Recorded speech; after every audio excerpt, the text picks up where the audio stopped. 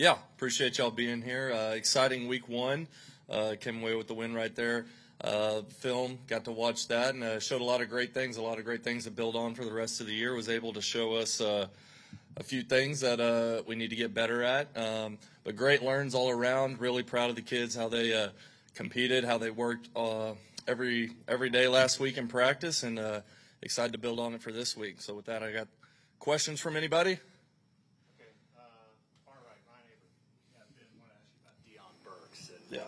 Obviously, we saw what he could do on the field the other day. But what has stood out to you about the way that he's handled things, preparation-wise and getting ready for this season and, coming back from what he went through last year? Yeah, done a great job of being mindful of his body. And there's a saying that nobody knows your body better than you.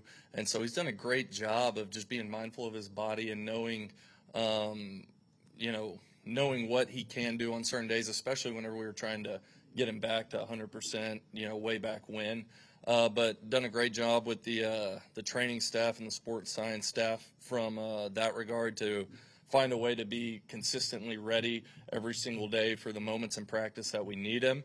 And he's done an awesome job taking in everything that Coach Jones tells him, that I tell him, that John tells him, and going and applying it from practice to the game field. So just proud of his mindset and kind of the process that he's had just going through each day. Yeah. Barry? Yeah, Ben, you told us a story about your first day was Oklahoma Notre Dame game here. Mm-hmm.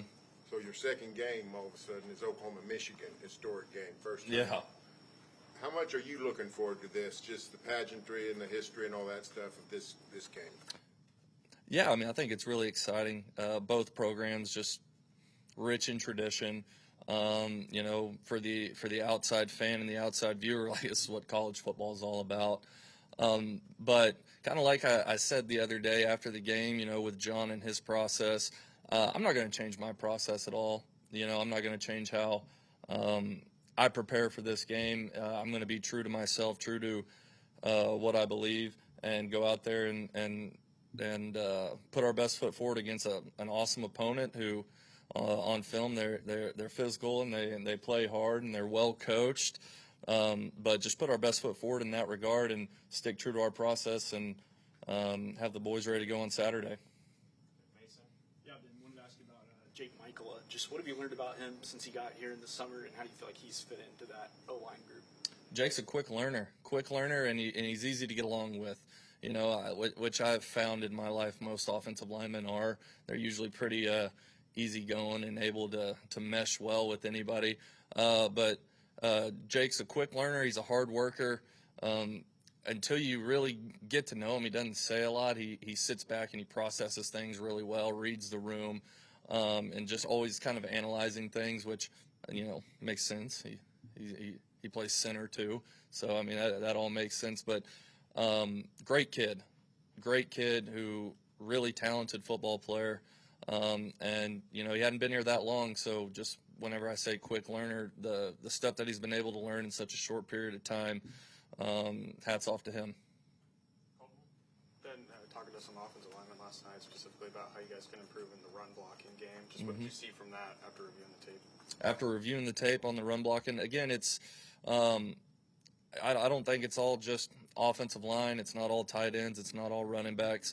Whenever you talk about running the ball, it's really all 11 players on the field being on the page at the same time. Everything goes into wide receivers push crack and quarterback making sure that we're running the run into the best look possible.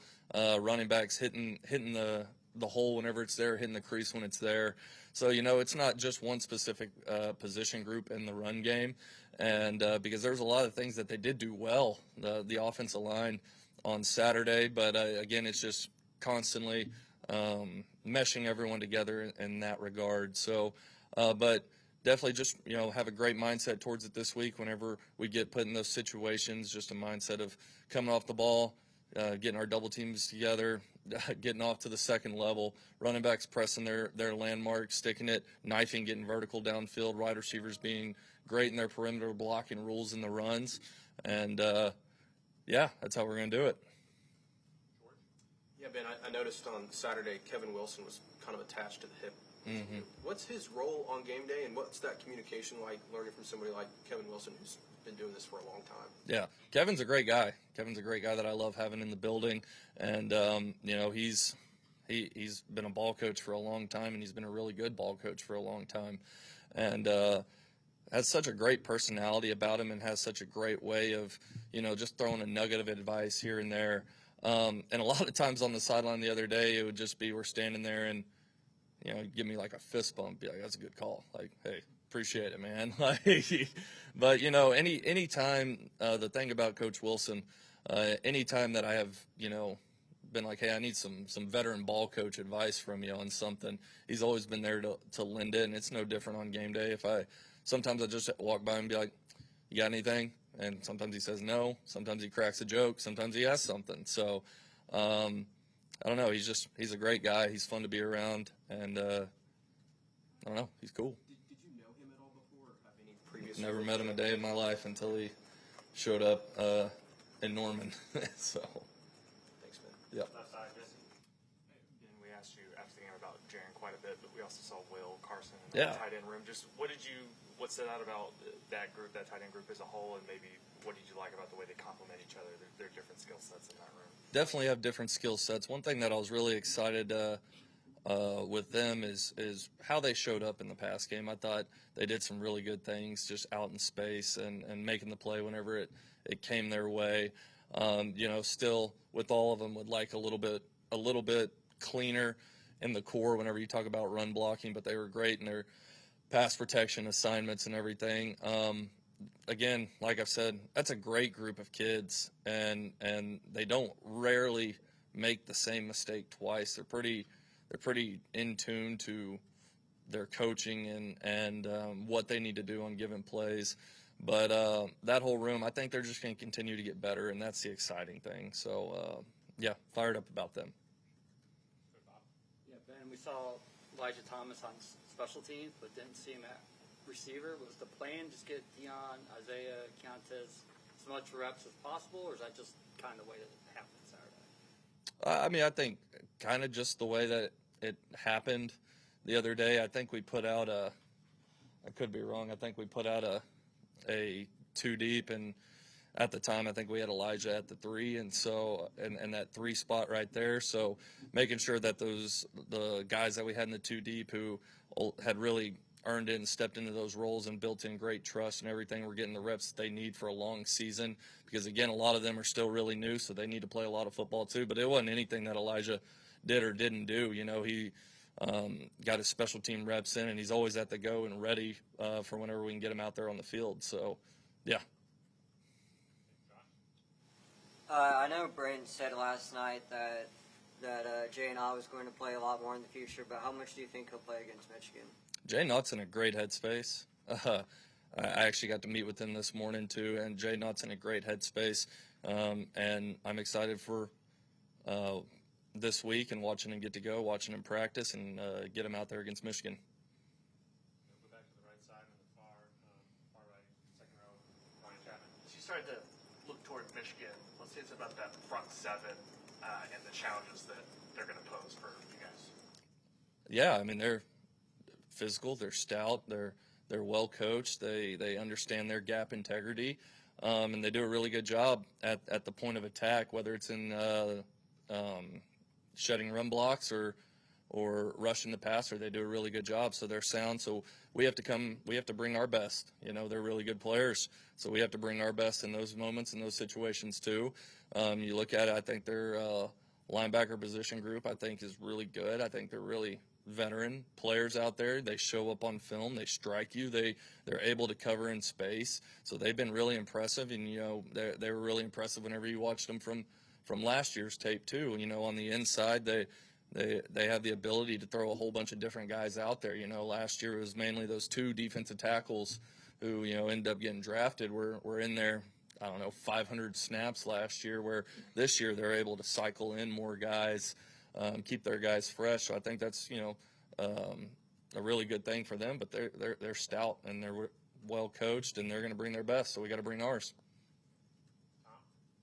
Ben, we saw Fabechi move from right guard to left guard for about half the game. I think that was the first time he's played on the left side since his freshman year at North Texas. What did you like about what you saw from him when he made that move to the other side? Effortless, seamless.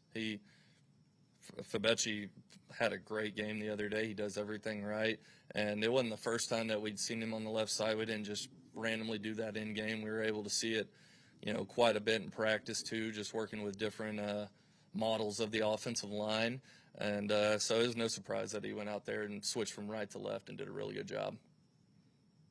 Left side, Davis. Ben, have you learned anything new about John since you guys have gotten here? Learned anything new about John? No, I don't think I've learned anything new about him. I've been, kind of been around him for a long time.